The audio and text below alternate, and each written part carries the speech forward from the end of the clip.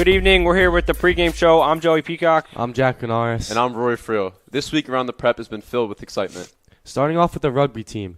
They finished off a great season with a win against Christian Brothers Academy, 17-12. This earned the Hermits their 7th state championship cup. The Hermits cross-country team finished the season undefeated in dual matches, going 8-0.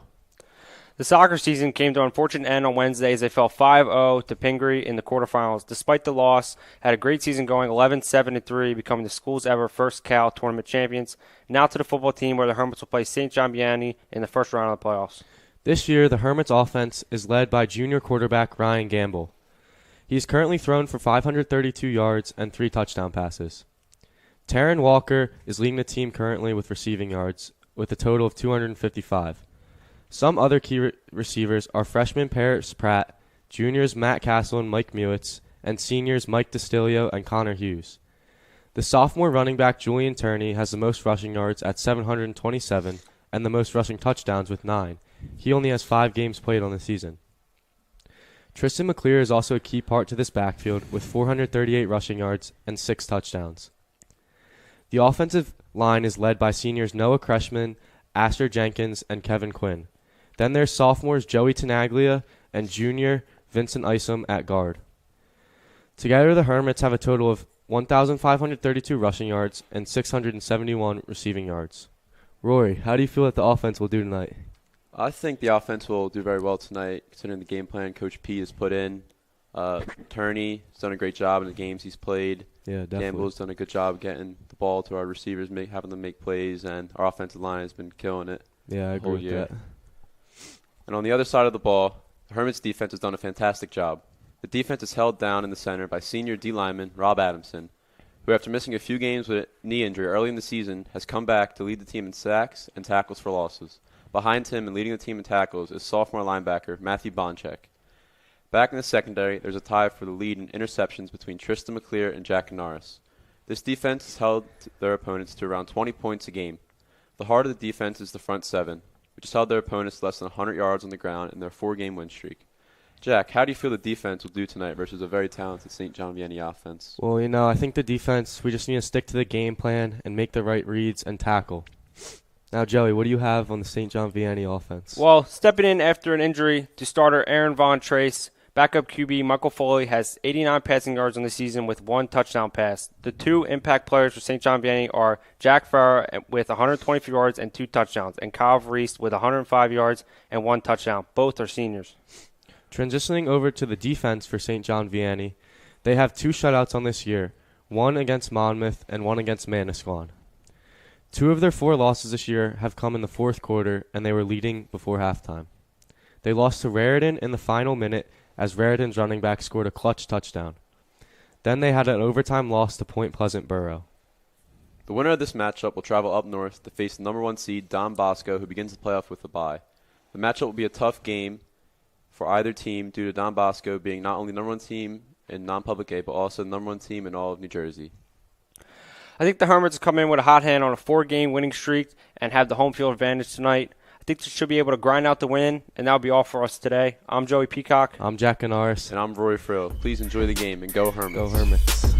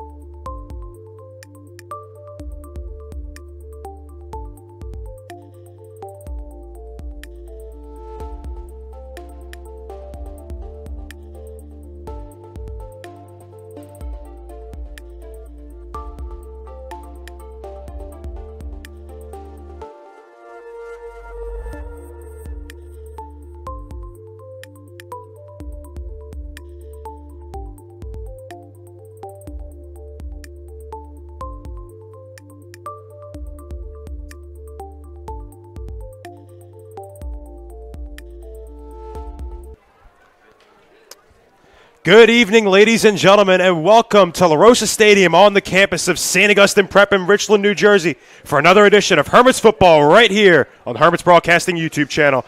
It's the playoff time, ladies and gentlemen, as the NJSIAA non-public A tournament starts today. First round as the number 8 seed 5-4 St. Augustine Prep Hermits take on the 9 seed St. John Vianney Lancers.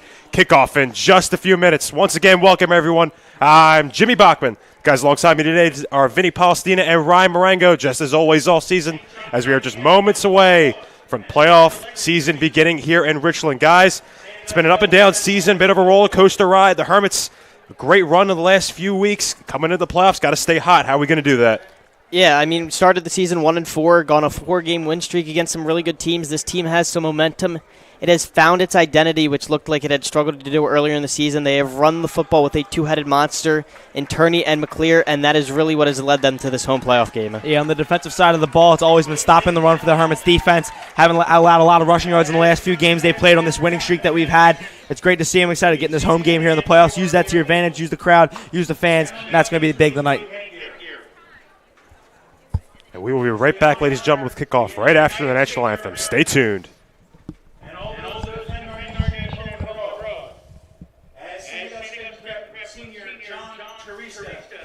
Leads us in the singing of our national anthem.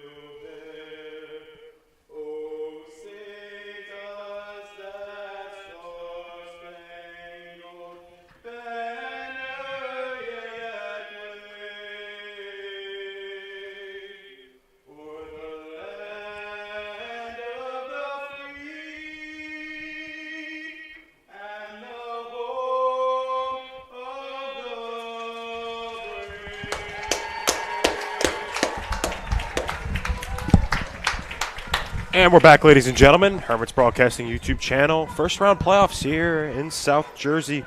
New Jersey's tournament, non-public A. Excellent rendition there of the national anthem by Hermits senior John Turista.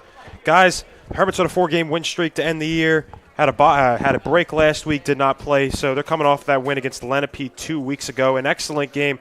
Ran the ball fantastically. Turney, 20 touches, 105 yards rushing. Tristan McClear, 16 touches, 91 yards rushing. That two-headed monster in the backfield has really been what's made this Hermits offense so good in the second half of the season.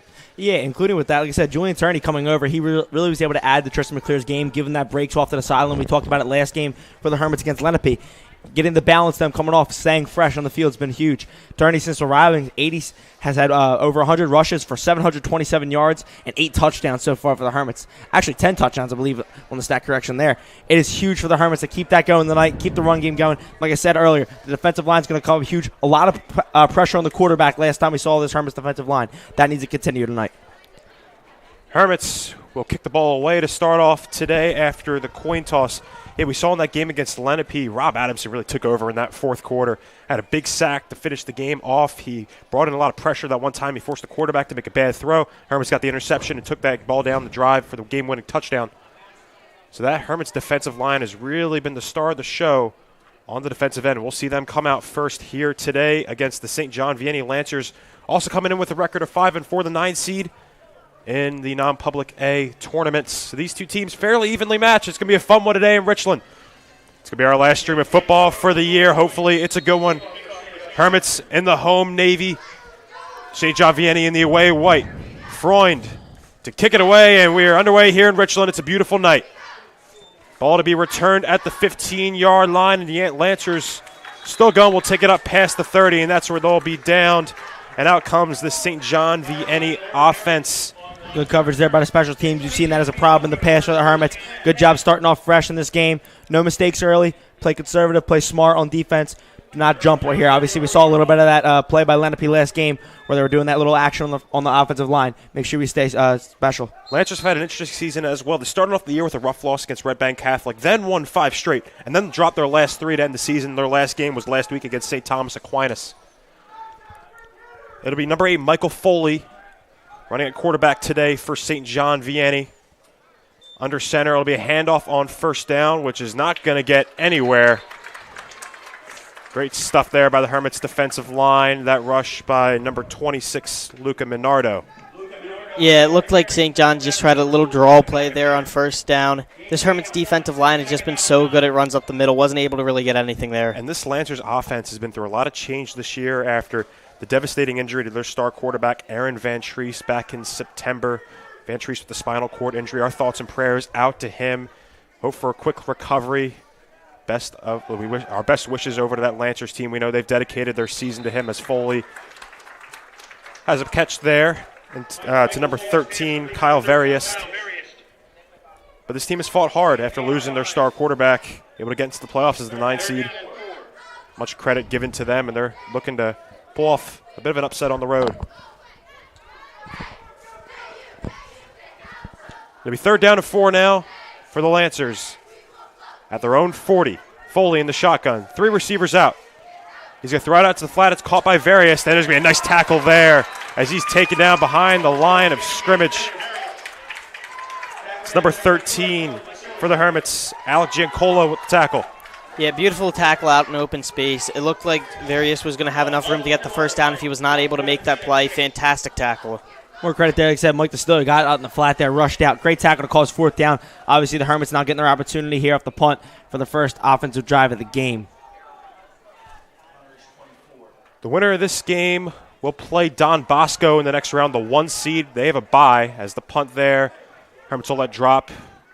And they will start their first offensive drive at their own 33. Out comes Ryan Gamble and the Hermits offense that has had a couple great weeks in the past month. Hoping to keep it up today. Really just ran the ball so well with their 2 guys in the backfield, McClear and Turney. Yeah, Gamble's done a great job controlling the team, controlling this offense. More than we run the ball too, he's gotten some good looks in the passing game. We've seen those slants, we've seen those small outs, and we've seen the Hermits trust him to take a couple of those deep shots now because the offensive line played a great job protecting the pocket. And Gamble can run as well. He had a couple big runs last week, a couple rushing touchdowns this year, so he's got to move around in the pocket. You got to keep an eye on him if you're the defense. 2 receivers out to the right. Gamble in the shotgun. Walker now in motion. It'll be with 3 receivers out. Turney in the backfield. And it'll be a screen pass on first down to McClear. McClear able to block some tackles. He's going to get a couple blockers all the way ahead for the first down and more past the 45. And there's the elusiveness of Trey McClear right there out in space. White jerseys surrounded him out by the corner. They're ready to jump that play. Great job cutting back upfield for a first down for the Hermits. Yeah, McClear just has such good acceleration. He might not have the same top speed as some of the other players on this field, but he accelerates so fast, and when you're in open space like that, you're able to get past a few tacklers that you normally wouldn't be able to, pick up a first down like he just did. It's under 10 minutes now to go in this first quarter. Hermits with their first drive of the game. If you're just joining us, I'm Jimmy Bachman alongside Ryan Marengo and Vinny Palestina. First round action here in the NJSIAA non-public A playoffs. Gamble in the shotgun. First handoff to Turney on the game. He'll get it, and he's going to good gain on first down into Lancers field territory down at the 49, gain of 6. Yeah, a little more on Turney's game. Turney's more of that power guy right up the middle, hitting those holes hard. He'll push forward for an extra 3 yards every run by falling forward. Great to have, like I said, we talked about that 1-2 punch, each bringing their own aspect of the offense. Yeah, it reminds me almost like the situation in Dallas right now at running back. You have a big running back who starts the game in Ezekiel Elliott. He wears down the defense. Then you have McClear, just like Tony Pollard, who goes out into the flat, makes plays in some space. It reminds me exactly like that situation. It's a great comparison, Vinny. 2nd and 4. Gamble can hand it off to Turney again, and he's going to be just short of the first down, a gain of 3. He'll be a yard short at the 46. So it'll be 3rd and 1 for the Hermits. Yeah, Hermits keeping it on the ground right now to start this drive. Like I said, playing smart and said extending this drive as long as you can, running some clock. That's what the Hermits have done in this winning streak. They look to continue to do that tonight. Said balancing this offense too. We talked about the passes last week. Gamble has felt a lot more confident, and the coaches have trusted him a lot too. So be ready for the play action here after a couple plays. 3rd down now for the Hermits at the St. John Vianney 46. Gamble going to hand it off to Turney once again, and looks like he's going to get it. We'll see where he's spotted. Looked like he fell past. And, yep, they are going to give him the first down. First down, Hermits. Another run by Julian Turney. 3 rushes for him, 10 yards. The Hermits move to James. Great job by the Hermits now in opposing team's territory. But like I said, falling forward there for the extra run, got that extra yard. Said as long as you're bouncing and finding those holes, he has great vision once he gets upfield. Turney, like I said, a great addition to this team so far this year for the Hermits. Yeah, there wasn't a whole lot there for Turney, but he knew where the first down marker was, knew where he had to get to, made a play, and was able to just barely get there. Fantastic job by him just to be able to get the first down. Castle and Hughes out to the right. Similar formation, Gamble. Going to give it to Turney again. He's got some blockers. Turney's going to break free. Julian Turney, there's no one to stop him, and he is gone for the touchdown. Julian Turney, a 45-yard touchdown run, and the Hermits are on the board early here in Richland. We talk about the acceleration from Trey McClear. That is the explosiveness you get from Turney. You get those big plays. He really sparks this offense for us ever since he's arrived in the scene here at St. Augustine. Great touchdown to start out the game.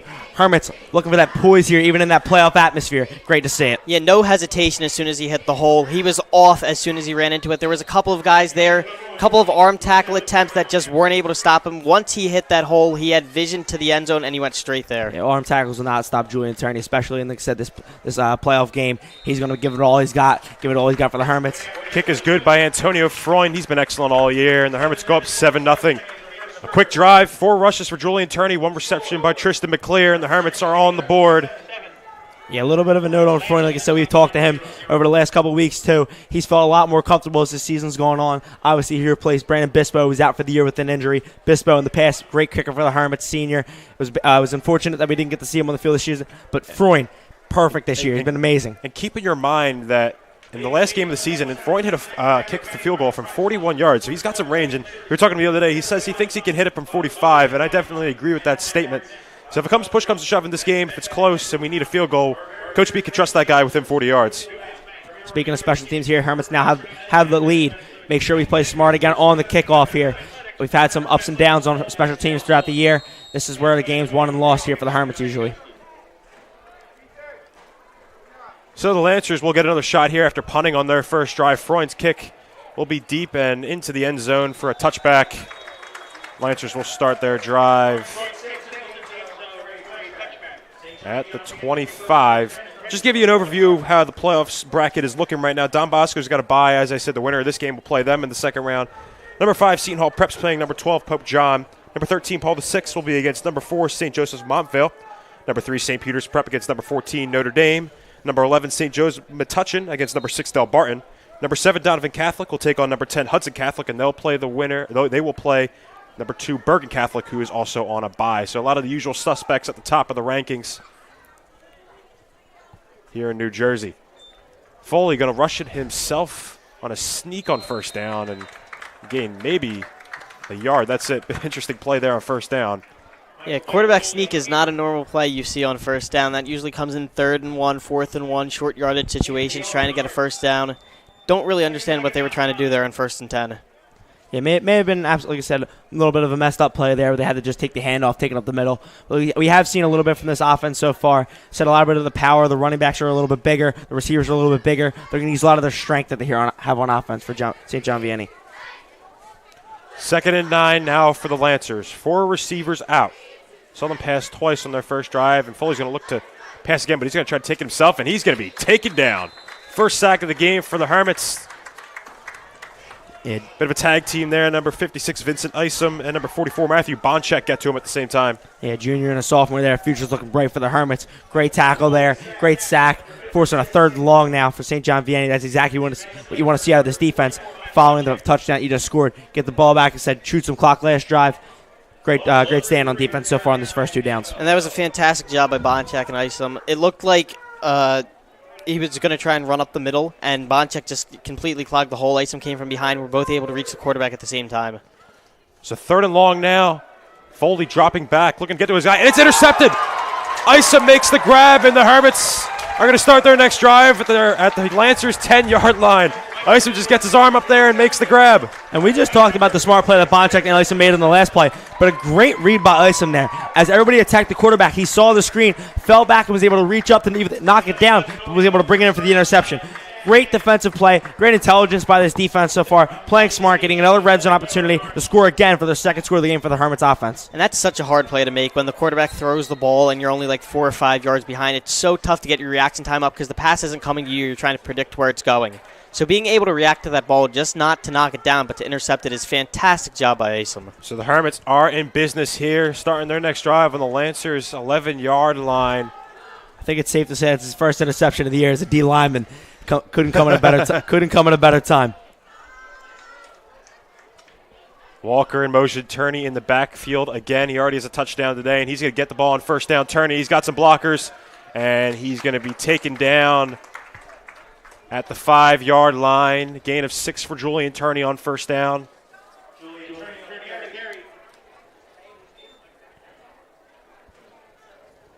Hermits red zone offense really has picked it up. They had a couple turnovers in earlier weeks in the season, but ever since then they've really picked it up in the red zone. They really played smart. They've been able to get those play action passes like we've seen the last couple weeks. Turney, a little fake up the middle, a little bit of a slant, a little bit of that straight streak. Look to see that possibly here. Terran Walker's a big option in that play action pass. The 2 receivers out this time. Turney to the right of Gamble. He's going to get the ball again on second down. Julian Turney makes a cut, and he is in again. Touchdown, Hermits. Julian Turney, touchdown number 2 today. Fantastic job by the Hermits offensive line. They followed Turney out on a little bit of a sweep play, created a nice little hole for them. Great read by Turney, moving to the outside, found the hole, cut right through it for the touchdown. Hermits sticking to the script. Feed the workhorse. Julian Turney's been the workhorse. Feed him, and it's been a great job doing that in these first 2 drives for the Hermits. Great job capitalizing off the turnover. That's always huge, getting points on the board. Now 13-0 with Freund kicking the extra point.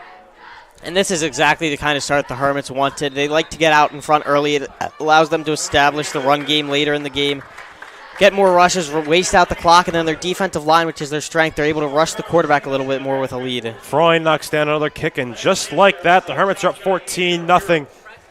Only a couple minutes into this game. Really could it be better start if you're Coach Pete.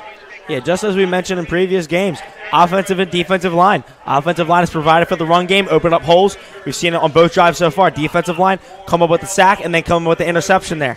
Great job on both sides of the ball for those big guys up front. And now the Lancers in a tough position, really just coming out, looking pretty lifeless on both sides of the ball. The Hermits march down the field, score a touchdown, then force the turnover, score another touchdown. They're going to need to dig deep here before this game gets out of hand. Under 5 minutes to go in this first quarter. Freund to kick it away again. It's a great night here in Richland. Good weather, not much of a breeze, as that one's going to go into the end zone again. Looks like the Hermits are finally figuring out that they don't want teams returning the ball on them. Using that like a Freund. Absolutely. Maybe after Coach Pete saw that field goal last week, he's like, yeah, this guy can definitely reach the end zone, and that's what the Hermits have done in these last 2 kickoffs. Yeah, as the Hermits defense enters the field, going back to the offense too, it's great to notice the composure that Ryan Gamble's had. This is his first ever playoff game. He looks really comfortable in the pocket, even handing the ball off, commanding this offense. It's great to see that. Obviously, we saw his struggles early in the season, but he's really grown. He's a younger player. He was a junior who hasn't ever had a start yet. And we've really seen him grown from that first game against St. Peter's, and now up to this game here in the playoffs. He looks great. So this drive will start for the Lancers at their own 20-yard line. It'll be a handoff on first down. There's a nice gain. A little short of the first down. It's a handoff to number 7, Jack Farah. And that was a fantastic misdirection right there. Faked the handoff going to the left side of the field, and then came back going to the right. Great misdirection. Caught the Hermits defensive line off guard. Yeah, no huddle offense here with St. John Vianney. We've seen this against the Hermits so often this year. They might be able to recognize it. But this has been used a lot here at Lorsa Turf. Same formation, another handoff. This time to Variest in the backfield. Looks like he's going to be just short of the first down. It'll be 3rd and inches. And it looks like St. John Vianney's strategy is trying to get Variest the ball early in space. It hasn't really worked so far, but if they keep feeding him, you got to think one of these plays is eventually going to work for them. So 3rd and short. Hermit's expecting a bit of a QB sneak, and that's what's going to happen. Foley, he's going to get the first down. And the Lancers will move the chains for the first time today. Seen a couple pass plays here to start this game. They've kept 3 wide receivers out wide on that formation for the whole first set of downs. But St. John Vianney, like I said, look for them to get that passing game going as well. Foley, we've seen, has a little bit of an arm. Hermit's defense has played well in the secondary in the past weeks. Nas Crisp was a big part of that. But like I said, watch the air game from St. John Vianney. Foley, another misdirection on the handoff area. They're going to get it again. Breaks a few tackles. Nice run here past the 40. Looks like it'll be a gain of 9. Yeah, Kyle Variest picking up his legs there. A lot of the tackles, arm tackles, but they were all falling down. But like I said, you got to get in the waist, got to hit low. I'm going to drive through the player. We haven't seen a lot of that from the Hermits so far. Yeah, it looks like the St. John Vianney offense is starting to find a little bit of a rhythm here, handing the ball off a couple times, gaining some yards. This is their first real drive of substance. Having success with 2 running backs in the backfield. Looking at a lot of no-huddle offense here. Maybe trying to get that Hermits D-line a little tired. Play action, Foley. Pressure coming, and the ball's fumbled. Thankfully, a Lancers O-lineman falls on it. We saw a couple guys from the Hermits defensive line falling in on Foley. He didn't see him, and the ball stripped from behind. Yeah, we talked about Bonchak on that first drive. Bonchak was the one sophomore who got a little bit of pressure on the quarterback, but Giambuzzi, the other sophomore linebacker we've seen who's played outstanding so far this season, he got to the quarterback there, got the strip. Luckily, St. John Vianney for them was able to, one of their offensive line was able to fall on it. But great play, great recognition, great pass rush so far from the Hermits. We were talking about that early. Great job executing that in the first 2 drives now for St. John Vianney. Yeah, it looked like Bonchak just flushed him out of the pocket right to where Isom was. Great combination play. 3rd and 6. Foley, pass, incomplete. Multiple trying to find his receiver on the curl route. Yeah, multiple blue jerseys again there in the backfield. Now forcing a St. John Vianney punt. Pass intended for Dirk Hohenkirk. Yeah, it looked like he had Hohenkirk a little bit in the flat. Just bounced the ball right before it could get to him. Didn't give him a chance to catch it.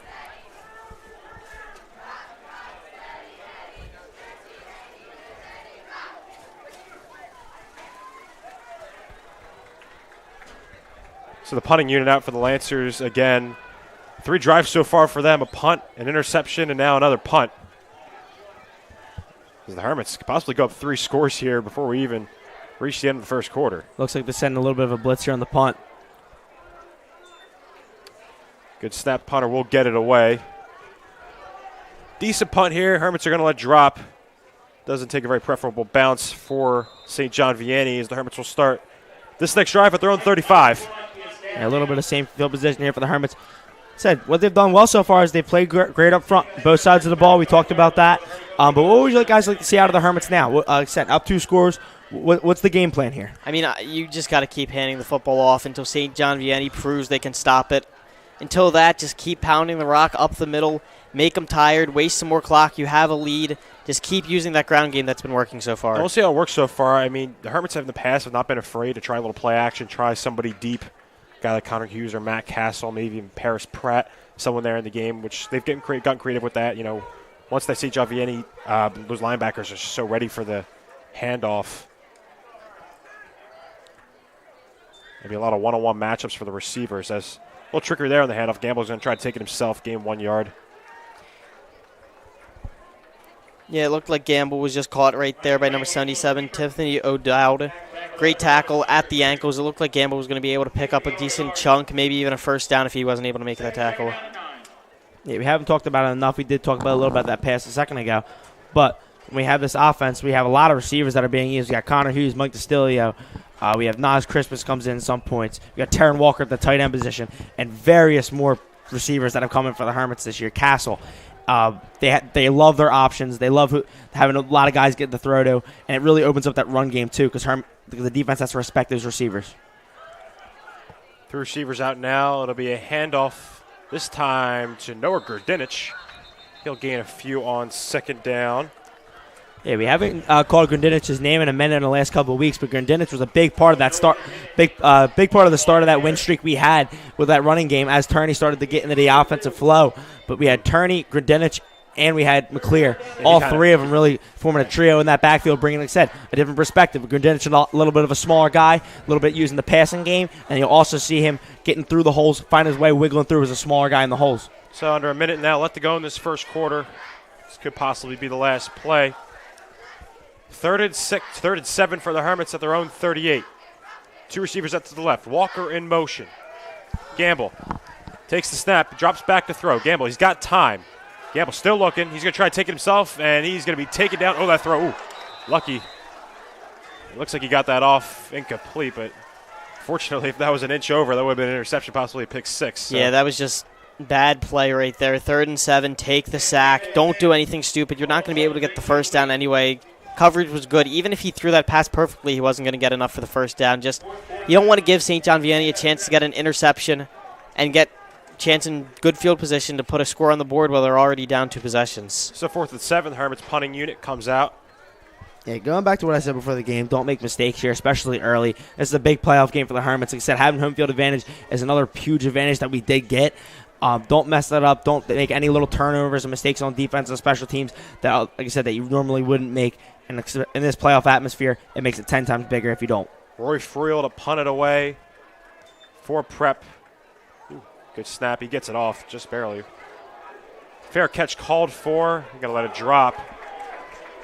And he's going to have to fall on it and taken down all the way inside the 5. Special teams mistake there by Veriest. And terrible starting field position for the Lancers here. Yeah, Veriest really didn't feel the pressure there. I thought he maybe can grab the ball, get a couple extra yards on the bounce, but was trying to protect that from getting down on the 1.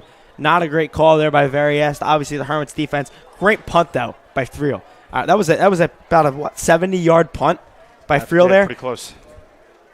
Outstanding job changing field position here, really forcing St. John Vianney into a deep hole. Hermit's defense getting a stop here could lead to great field position. And that's what happens when you don't make a boneheaded play down here and throw an interception. The entire field position changes. Now they're stuck back inside the 5. A lot tougher for them to drive down the length of the field. So they're going to need 95 yards to get this game within 1 score. 7 seconds left to go in this first quarter, likely the last play. 3 receivers out, 2 running backs in the backfield again. Rush on first down, gain of 1, and that is how this first quarter will end. Your score, St. Augustine 14, St. John Vianney 0. If you're Coach Pete, that quarter really couldn't have gone any better. Yeah, both sides of the ball really showing up here in this playoff game. First quarter now complete. Like we just said, Coach Pete really played to his strength so far. The game strategy has gone well. Only one really mishap, and that was that last offensive drive for the Hermits. But special teams now making up for it there with that big play on the punt. This moment we like to send out our thoughts and our excitement for the Hermits Athletics Hall of Fame class of 2023, which is being announced very, very soon. That induction ceremony will be on March 25th. Congratulations to all those Hermits legends who will be inducted and put into Hermits history. Hermits Athletics all in as one. If you're just joining us, I'm Jimmy Bachman alongside Ryan Marengo and Vinny Palestina. First half action here in the first round of the NJSIAA non-public A playoffs.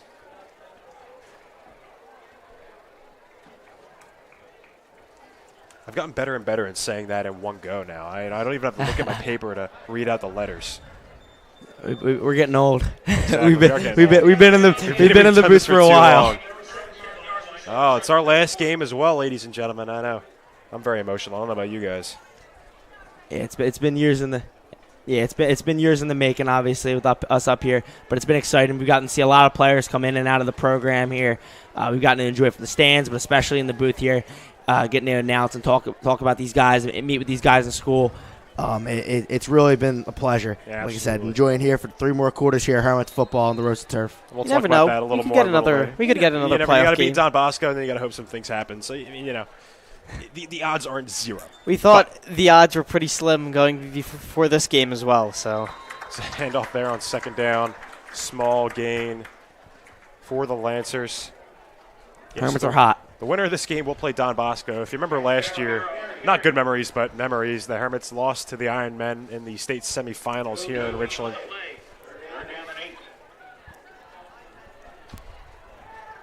Looking to head up to North Jersey to play them again with a win today. Hermits defense right here on this drive now to start, like I said, starting the second quarter. 3rd and 8. Stop here. Lead really good field position here for the Hermits. Their punts haven't been too deep. Foley, another handoff to Varius, and he's not going to get anywhere again. So this is going to be a pretty tough punt here as well. Yeah, inside the 5. Yeah, punt will be coming from inside the end zone. Look for the Hermits to try to get some pressure. There really is no need for a return, even if it did dribble possibly to midfield. Be the best field position that the Hermits have had all day other than the turnover. Number 24, Mike McCormick, the punter for the Lancers, and he's got the tough job here of getting this away before those Hermits special teams guys get to him. And you know they're going to be bringing some pressure here. It'll be Christmas and McClear to return it for the Hermits. Good snap. McCormick gets it off. It'll be McClear to take it at the 30. So the Hermits are going to get excellent field position here. McClear inside the 20, past the 15, and down. And the Hermits are going to have another drive here starting inside the red zone.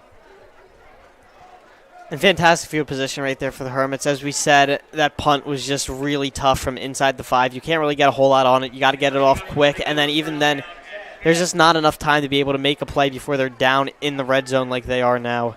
Yeah, Hermits now in the red zone off a punt. You couldn't ask for a better defensive possession there. You couldn't ask for, like I said, a better job from the special teams to lead them into that. Like I said, the Hermits defense has played well. The special teams got that 7-yard punt, which we'll look back on in this game and think is huge here. Like I said, now Hermits have a chance to go up 3 scores in the first half. Yeah, and special teams is something this team has struggled with for most of the year, so it's great to see them start to figure it out as they're getting into these big games. So McClear now in the backfield. Hermit's going to give him a turn. Turney already with 2 touchdowns today. He'll get the handoff on first down. Gain of a few. Yeah, name we haven't called much this year is Eddie Vincent, actually. Eddie Vincent's been one of the big tight ends here for the Hermits. Number 6. He's out on the edge. You don't really see him in the passing game whatsoever.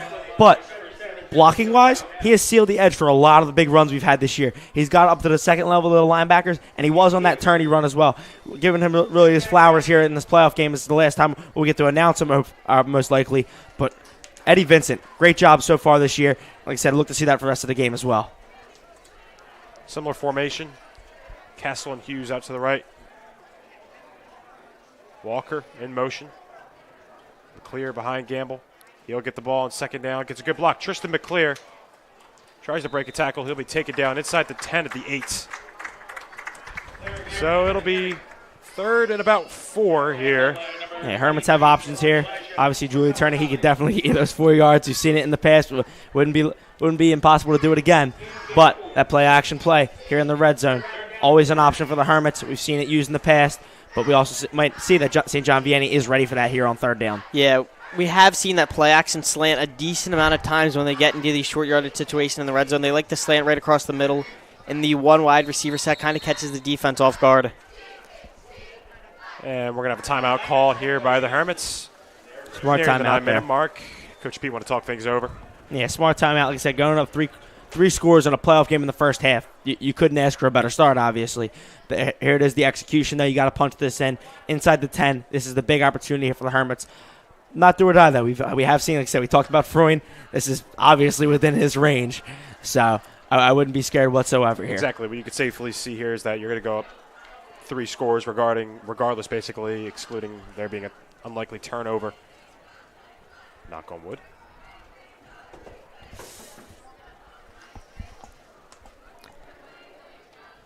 Yeah, realistically, you just don't want to do anything too stupid. Take a big sack, make it a tougher field goal, turnover here. Just go for the end zone, and if it doesn't work out, you still have a field goal to go up 17 points, which is 3 scores.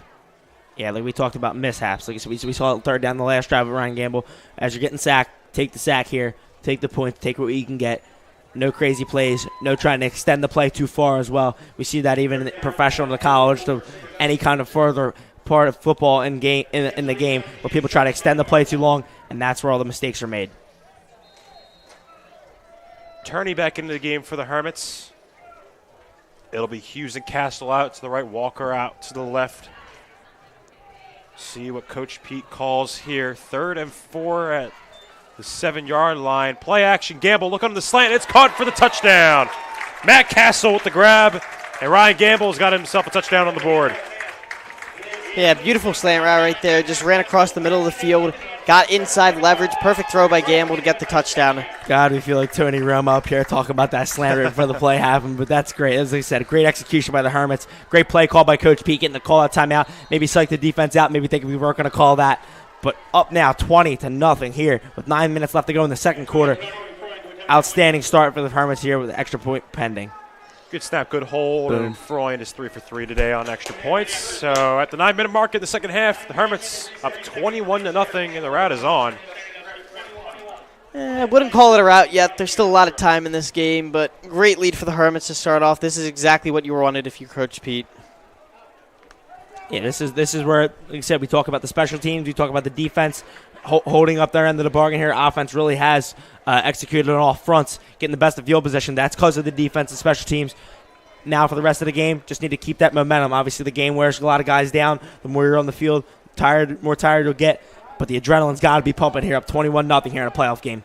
Yeah, momentum's such a big thing, and the Hermits have all of it right now. If they're able to keep that, it could really crush John Vianney's hopes. If you're St. John Vianney, you just need to get one big play, something, a spark to ignite this entire team, because they just look a little dead right now.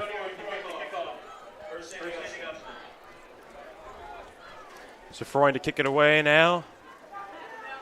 Lights are on. Sky is dark. Going to be returned at the 5-yard line. St. John Vianney going to get better field position than their last drive. Past the 20, down at around the 22 is where Foley and his offense will come out here. I would just like to point out how good the weather is right now for a November game. 70 degrees, beautiful skies. It feels like it's almost an August night at the start of the season. Let's think back to the Bosco game last year. It was freezing. It was like in the 30s, 20s by the end of the game. Yeah, I think our last game that we had here, I probably had 3 layers on up here in the booth. It has never, like I said, has never felt better out here at this late in the season. So like I said, the weather also going to play into this game. So the guys are a lot more fresh. You're not really brittle. You're not broken as you're getting hit. So when you're getting hit in the cold, nothing feels worse.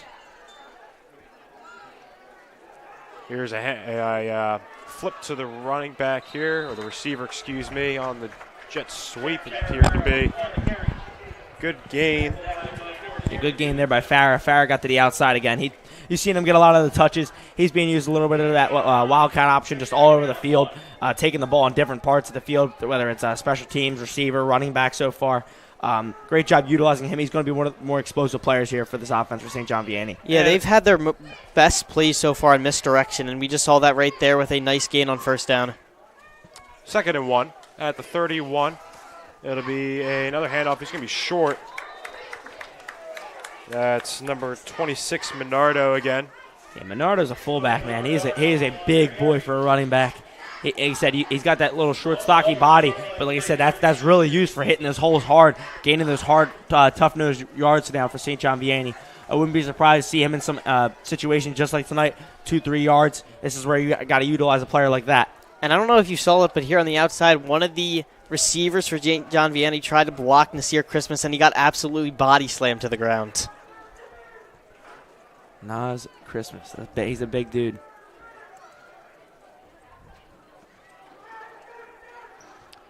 So 3rd down now. Various going to get the carry, and he's going to get the first down for the Lancers. Yeah, this shotgun sweep here for the Lancers has been great. We've always seen us Foley taking that snap and just flipping it to that jet guy coming across. Hermits got to take note of that soon. They've gotten a lot of their yards off of that play. So at this time, going to turn to a bit of an admissions ambassador. Next week, November 10th and November 11th, open house here at St. Augustine Prep. If you're a prospective 7th grader, 8th grader looking to attend St. Augustine Prep, I'd highly recommend showing up here next Thursday and Friday. We will be here. We will be here to greet any questions you guys have. Love a booth. So absolutely, all the time. We like I said, this is a great place to be. Richland's proud and peaceful Glen. Couldn't have made a better choice coming here. We're very welcoming to anybody who will be attending. Also 2 there on first down. It'll be 2nd and 12.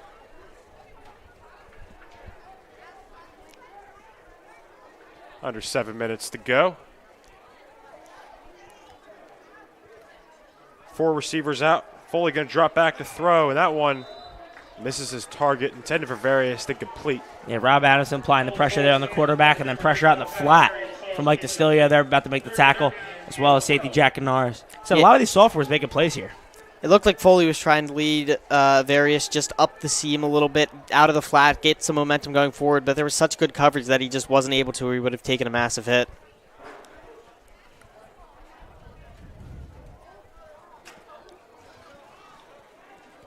So 3rd down and 12 now for St. John Vianney, in desperate need of a first down here. Do not want to give this ball back to the Hermits offense. Foley to drop back. Pressure coming quickly, and he's going to be taken down for the sack. Who is that? That's number 51. Asher Jenkins. Asher Jenkins, the senior, with the sack. Hermit's defensive line is giving no time from Michael Foley, the quarterback for St. John Vianney, to get out of the pocket. Every time he tries to escape, he's running into a blue jersey. This pressure has been outstanding so far for the Hermits. It's a great start here for this Hermits defensive line. We talked about them being a big part of this entire game, being a big part of the stretch here for the Hermits. Now, with 5 minutes, 53 seconds now left in the half, we couldn't applaud them enough for what they've done. 4th down and 15. McClear calls for the fair catch, and the Hermits will start their next drive at their own 40-yard line. Yeah, Mango, you mentioned how good this defensive line has been doing. While I want to give them a ton of credit, Foley's just had a little bit of hesitation in the pocket. Sometimes there isn't pressure there, and he tries to escape almost when he has another second or two to wait. And that has led to a couple of the sacks here tonight. This defensive line has done a great job, but that little doubt in Foley's mind has just crept in there, and it has messed up his play so far in this half. Yeah, obviously we mentioned Foley is not, like I said, the usual starting quarterback here for St. John Vianney. So like you said, a little bit of pressure coming into the playoffs for him. Nerves have to be get a little bit racked, a little bit tossed around here in this playoff game. So you just need to, like I said, calm down, understand the moment, understand your offense. Don't really let the pressure get inside of you. Just play your game, play how you know to play. Yeah, when quarterbacks are nervous, they do try to escape the pocket. When you settle in, that's when you're in the pocket, you're relaxed. So that's going to be something to watch out for later if he does start to settle in. McClear in the backfield. He'll get the handoff on first down, and he's going to be stopped on the line of scrimmage, not going to get anywhere. Civil Lancers really just read that one well. Yeah, they've started to understand that the Hermits' main goal here is to run the ball at the middle. We could see a play-action pass soon. Catch him off guard. Yeah, something I would note here, knowing this is Gamble's first ever playoff game here for the Hermits, I wouldn't be surprised if they let him take a shot here, up 21-0. You have a little bit of a cushion, obviously, and letting him test his own arm here in the playoffs, as long as it's not, like I said, a bad decision. If you're looking right now, it's one-on-one, no safety back there, so if you have a chance to throw the ball, I'd do it now. There'll be another handoff to McClear, trying to get to the outside. Gain a few on 2nd down. Gain of about 4. This will be 3rd and 6. But you saw there, yeah, definitely. That's where you look for the play action, man-to-man.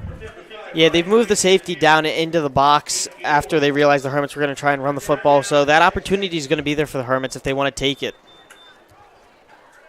Yeah, Hermits, obviously, like I said, right now on 3rd down, they might look to get that first down, just get the yardage, make sure they move the sticks here.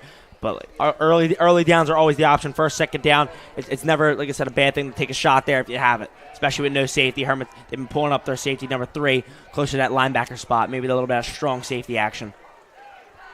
Hughes in motion. Gamble going to drop back to throw. Flag is down. He's got time. That ball is going to be incomplete over the head of Matt Castle. We'll see what the call is. First flag of the day. It's going to be illegal motion on the Hermits, so that one's going to be declined. And yeah, a little bit of weird action up front there from the Hermits. Obviously, it's going to cost them here. But there's not going to be a replay at 3rd down. We're going to keep it at 4th down, it looks like. Yeah, I couldn't tell if the flag was on that Connor wasn't set after doing the motion or he was just lined up off the line of scrimmage too far. But call nonetheless. Play didn't work out for the Hermits. It was incomplete anyway. Nice clean game so far from both teams. I mean, at the 4-minute mark in the second quarter, there's your first flag of the day. Yeah, we talked about that last week as well. Really, not a lot of penalties to start the game. So they have to play smart. We've talked about it. Like I said, really the mistakes have been the turnovers and the bad field position here so far by St. John Vianney. But the penalties really haven't arose yet until now. Friel to punt it away again. Be another good punt for him. See if it takes a good bounce. It will. Another excellent punt by Rory Friel. And the Lancers are going to start this next drive again at the 5-yard line. And Rory Friel, 2 punts, 2 excellent punts where he stuffed them inside the 10. About 130 yards between 2 different punts. Friel literally putting St. John Vianney's offense deep into their own territory, basically in their own red zone. They've provided a lot of opportunities for this Hermits defense if the stops are made. Hermits, again, looking to get that good field position. 4 minutes left in the half. Looking to add maybe another score. Hermits defense needs to show up here on this their about 5th drive of the game.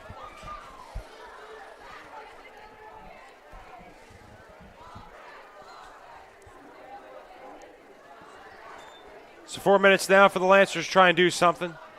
Handoff on first down, and they've just not been able to get that one big gain so far. They had 1 or 2 gains of 9, but that's really been about it. They're just struggling to put this Hermits defense in any tough situations. I mean, this Hermits defensive line is just so good that you can't really run the football on them. The misdirection has worked a little bit, so we should keep an eye out for that. And it's just really hard to get a deep pass play if the defensive line creates pressure as quick as it does. It looks like we might have somebody different taking the snap here. It's going to be Wildcat formation for Variest. He's going to take it. Good gain here. We'll see where he's spotted. Close to the first down where he's pushed out of bounds. See if they give it to him.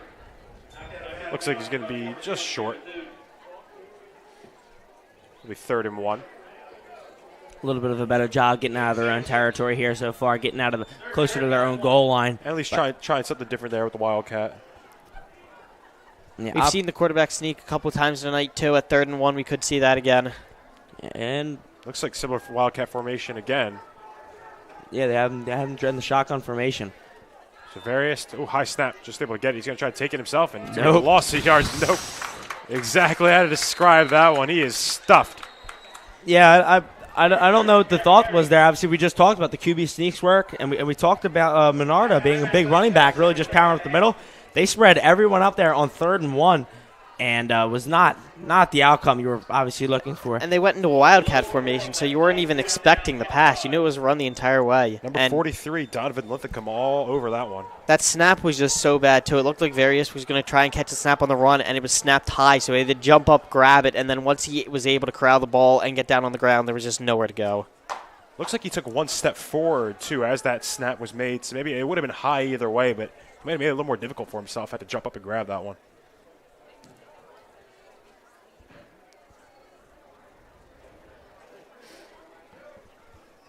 So timeout called here for the Hermits. Coach Pete looking to get one more drive here, get his offense plenty of time. We're about to hit the 3-minute mark. Hermits have 1 timeout left. St. John Vianney still has all 3. Scores 21-0. Hermits have been dominant today on both sides of the ball.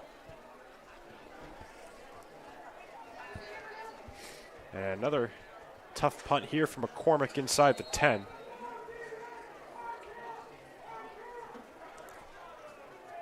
McClear and Christmas back again to return.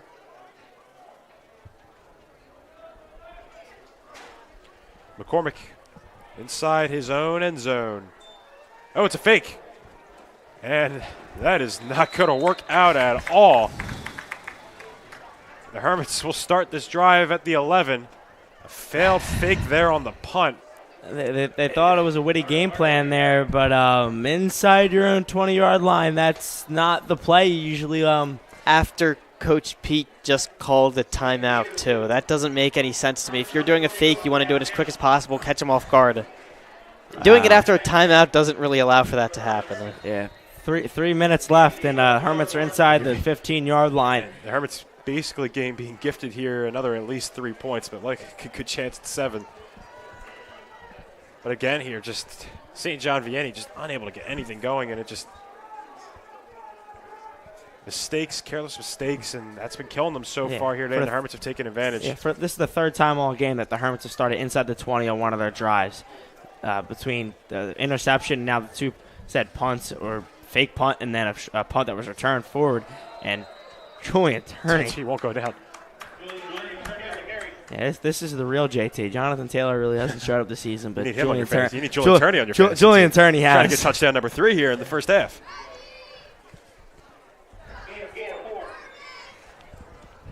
Shout out Team Brick. I got Jonathan Taylor now. Oh, man.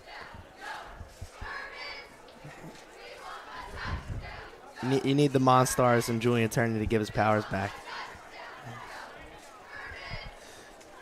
So 2nd and 6 for the Hermits at the St. John Vianney 8.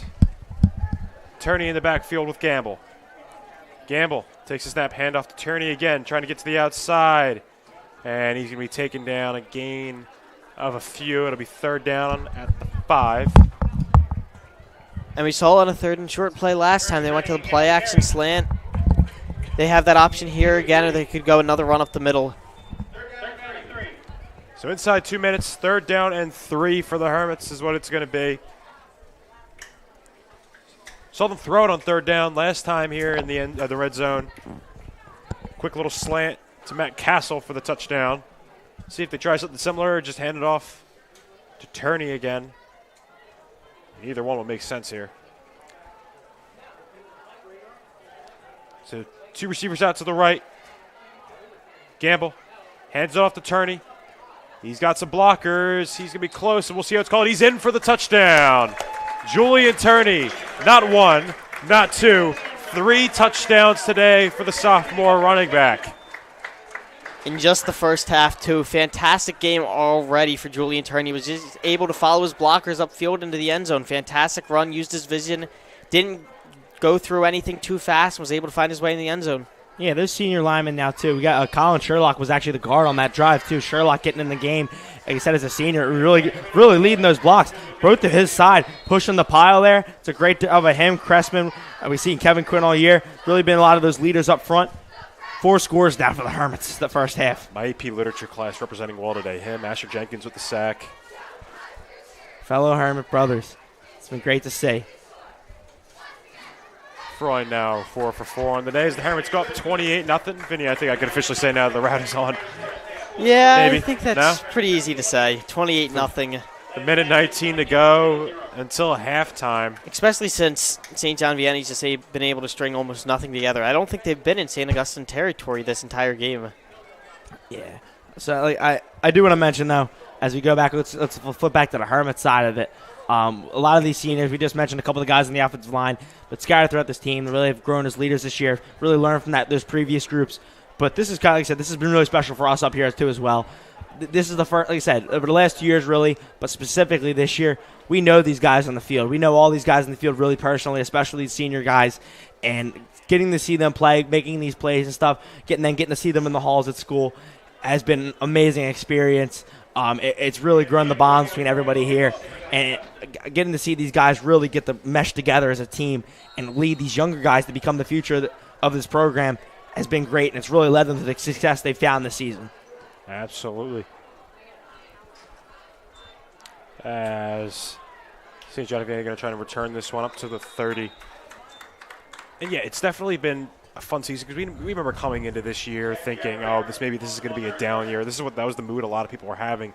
But the way this team, with not a lot of seniors, I mean, last year's team was all seniors, able to turn things around after a tough start to the year, a couple of rough losses, and it just turned into a really quality season 5-4. We only expect these guys to get better and better as the years go on. It was really cool to see. Great coaching by Coach Pete. Kudos to him. Yeah, there was a lot. There was a lot of question marks, and like I said, and not even just including not a lot of seniors. We had a lot of seniors going to a lot of big schools last year, and that was why you saw the success that we did. There was a big question mark on what these seniors could do, and they've really put up a fight and held their own. As first down, that one's caught by Various. He's really been doing all the work today for this offense for the Lancers. Yeah, between Faria and Various, really said a lot of those speed, little option plays, sweeps, little quick outs there. They've been trying to get little by little up the field, but really after those first 2 plays, maybe a first down or 2, they haven't really progressed the drive into the red zone whatsoever, or even in the Hermits territory. So first down gain there for the Lancers. Yeah, this is the best field possession that they've had all game. A couple of the unsung heroes also. Some of these defensive backs for the Hermits. I mean, Chris Colotton is here, Christmas, Nadir Buffoon. Guys we really don't need to talk about because you don't throw their away. Because you can't throw their away, as that one going to be incomplete. Guys we don't need to talk about, but it's because It's the same thing when you watch the Eagles. They don't talk about Darius Slay and Bradbury during the game because they don't throw their way. Exactly. Like I said, a lot of the younger guys, too. Like Jack Norris has played great this season as a safety. There was a lot of questions around him. He's a sophomore. He's a younger guy, a little bit skinnier heading into the season, really put on some muscle, and has been a great stand-up guy in that secondary. Had to learn the defense, had to learn the system, and has really played well with a lot of these older Hermits that we have.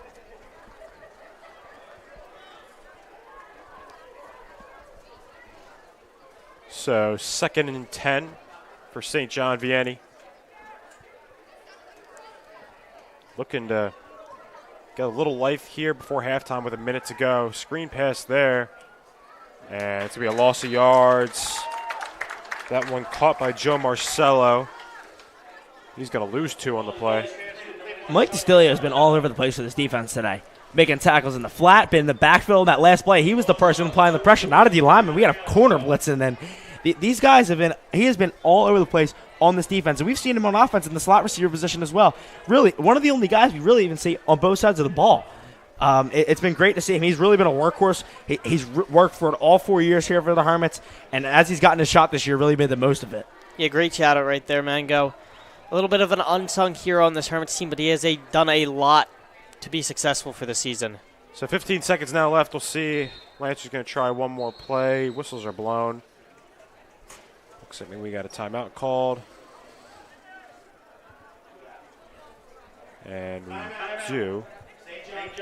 St. John Vianney's going to call a timeout with 12 seconds to go. Yeah, St. John Vianney looking to get anything possible here to end this half. They're already down 4 scores.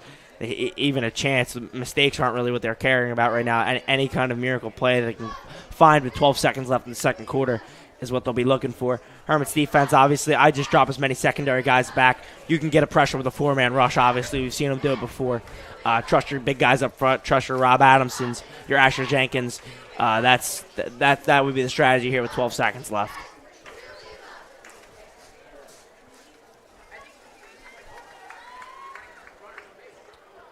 If you're St. John Vianney, you just got to try to get somebody in space right here. You don't really have enough time to throw it deep or the arm strength to reach the end zone. I think getting someone in space is your best option to get a big chunk gain. So 3rd and 12 for the Lancers as they head out onto the field down 28. The Hermits got going early on in this game, and they have not let up since.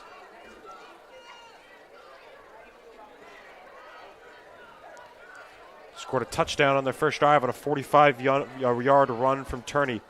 Then got an interception, scored another touchdown. A couple more forced punts, a couple more touchdowns. Is where we got to the score we are today. As that one is intercepted, it's Nasir Christmas. As the clock will run at this last play of the game, and Nasir Christmas, he's going to take it all the way to pick 6.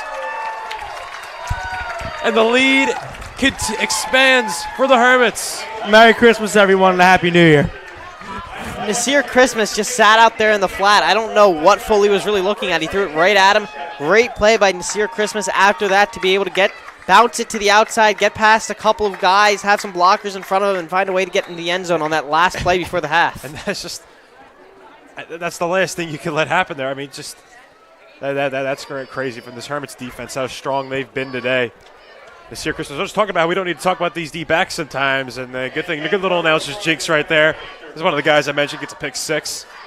Nas has been one of those really big hype guys for our Hermits team, really bringing up the energy every single game, making big plays, but nothing bigger than a pick 6 in the playoffs. That's awesome for Nas in his senior year here. He's been playing great over the last couple of weeks, and that's 35-0 in the first half of the playoffs of the Hermits. Your score, Hermits 35, St. John Vianney 0. Christmas came early, man. Wow. What a dominating performance by these Hermits in the first half, and that'll do it here. 1 half to go on Hermits Broadcasting YouTube channel. Stay tuned. We'll be right back.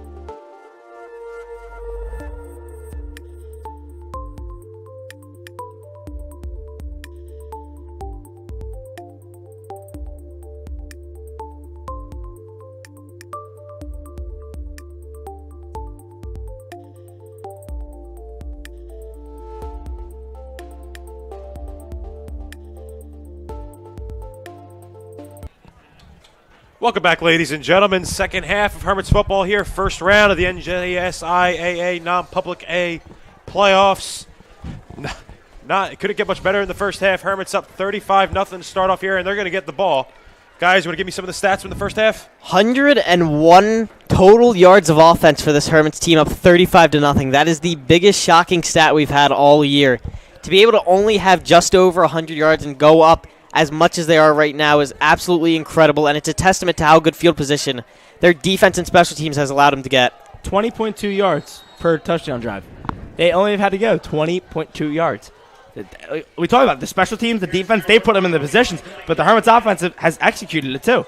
And, there's a little bit of a mix up right there. Taken down there. That one returned by different kind of kick there too as well. Number 88, Roland Krause. It was approached like it was going to be a deep ball kick, but it was just popped straight up in the air with a perfect spin on that. No man's land too. That was interesting. Like I said, we haven't seen that by St. John Vianney tonight, but really because they haven't had to kick the ball. But great opportunity there. Like I said, try to get the ball here in this second half. Not successful. Hermits offense going to come out here for the first drive. And just for the record, I was the one that predicted the closest for the yardage in the first half. I just want to make sure that's known. Yeah, we really did. See, I went on the under. You guys went over. Yeah, we the noticed. score deceived you. Yeah, we noticed that the Hermits have had short position, but we really didn't realize it was tight. Like we've been inside the 15-yard line twice now on drives. So the Hermits going to start this drive at their own 29. All the starters still out. Looking to expand on this lead, up 5 touchdowns. Yeah, even clock is going to run. Yeah, even better than that 101 yards for the Hermits offense. Talk about that Hermits defense again. Only only a little over 30 yards for the St. John Vianney team as well. Noah Gradinich with the run on first down. As I said, as you notice, that clock is going to run based on the score. So it could be a pretty quick second half. Yeah, absolutely. Said we know the Hermits game plan coming in not up 35-0 was run the ball, and I wouldn't expect anything less right now. You have Noah Gradinich, you have Turney, you have McClear. Let them each get their reps, keep them safe. Like obviously, except we're in the playoffs, you don't want any injuries. So run them, rotate them in one by one, just gain some yards, get down the field, make these drives lengthy. And I would like to make it known that while Jimmy did win the yardage situation, he was nearly an entire touchdown drive off, as we have only averaged 20 yards a touchdown drive, as you said, Mango. Very deceiving yardage situation this game. Gradinich to get the handoff again. I still won though, Vince. I don't know any excuses. Gain of a few on second down. Yeah, Noah Gradinich here getting a little bit of the volume of the carries here to start the second half. Obviously, it wasn't utilized as much in the first half, so he's one of the freshest guys we have on this offense to carry the ball. But third down and about 4 here for the Hermits.